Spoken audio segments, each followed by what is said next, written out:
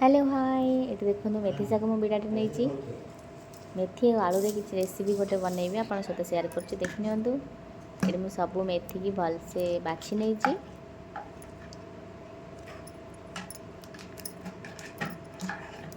आउ जहाँ दरकार देखी दूसरी ये मुझे दुटा आलू को चांची भलसे धोईकी काटी नहीं आप चाहिए सीझा आलू व्यवहार करेंगे कंचा लंका दुईटा अदा रसुण 2 बुंदा पियाज दुईटा को भलसे काटाकाटी कर रखी साइज सब मेथी शाग को बाछिकी भलसे धोईकी छाणिकी भी रखी नहीं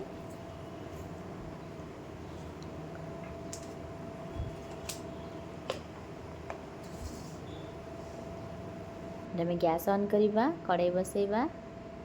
2 चम्मच तेल नवा फुटण सोरिष जीरा प्लीज़ वीडियो को लाइक करंतु शेयर करंतु चैनल को सब्सक्राइब करंतु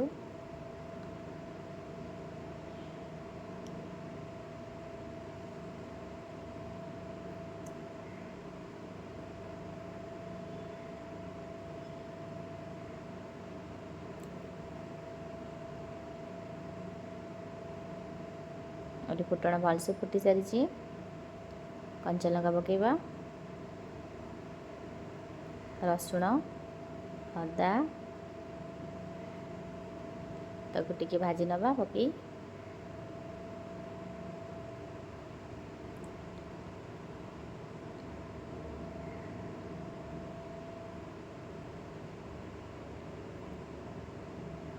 अदा रसुण टिके भाजी हो सारा पर पियाज पकेबा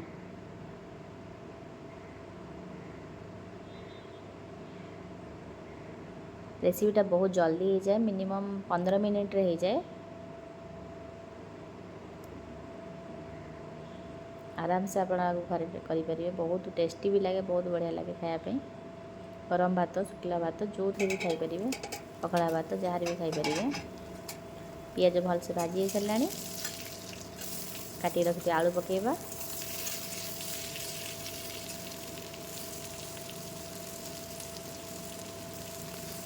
स्वाद अनुसार लुण दबा हलदी गुंड पकेबा ये मु आधा चम्मच धनिया आधा चम्मच जीरा को सेमती भजा है सेमती खाली छेचिकी पकई देती ऊपर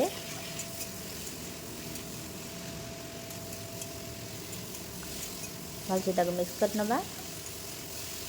ये गैस को मीडियम रे रखी भलसे मिक्स करी घोड़े दबा 5 मिनट घोड़े दबा ताको देखो 5 मिनट पर आलू भलसे सीझी सारी शाग पकेबा ता उपरे शाग पकई भलसे मिक्स कर नवा ये मुझे बहुत कम शाग नहीं से बहुत आलू देखा जाउची तो आ ऊपर टी गरम मसला पकेबा आपन चाहे आउ टे शाग नहीं पारे मुझे बहुत कम शाग नहीं शाग कम आलू टी अधिक देखा जाए आउ गोटे गोटे 2 मिनट टे घोड़े दबा गरम मसला पकईकी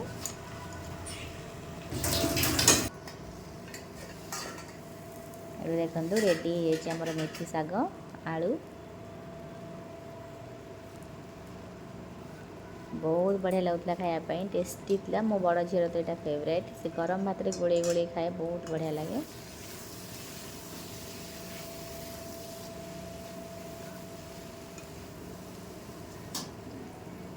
देखो